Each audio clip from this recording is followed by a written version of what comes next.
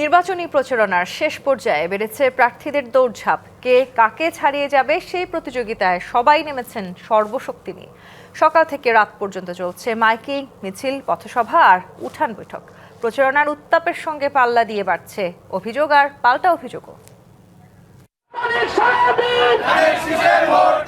ভোটারদের মঞ্চে প্রার্থীদের প্রতিশ্রুতি ঝুলি যেন ফেটে পড়ছে। কোথাও উন্নয়নের স্বপ্ন, কোথাও কর্মসংস্থান, আবার কোথাও পরিবর্তনের ডাক। সব মিলে প্রচারণার শেষ পর্যায়ে উত্তপ্ত ভোটের মাঠ।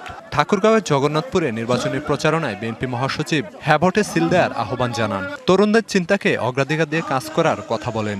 আমাদের এই দেশটা, রাষ্ট্রটা, এইটা যে চালায় ওইটা আপনার নষ্ট হয়েছে।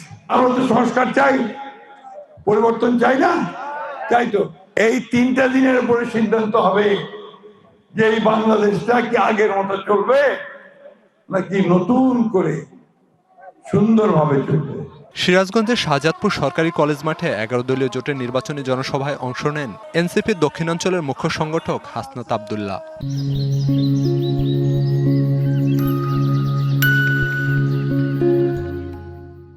ভোট কেন্দ্র দখলের চেষ্টা হলে প্রতিরোধ গড়ে তোলার আহ্বান জানান তিনি। আপনারা ভোট কেন্দ্র দখল করার কোনো চেষ্টা করেন, আপনারা বাড়ি ফিরে যেতে পারবেন না।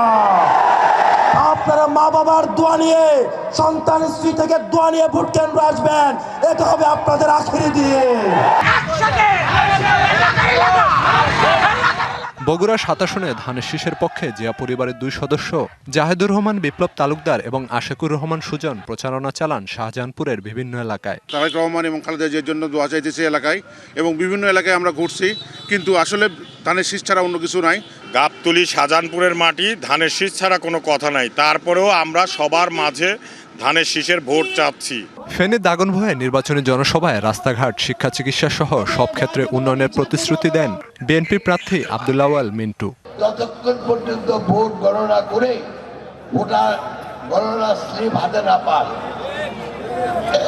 কারণ আমাদের যে প্রতিদ্বন্দ্বী পার্টি তারা কেউ যেন অপকৌশল করে আমাদের ভোটের অধিকার হরণ করতে না পারে।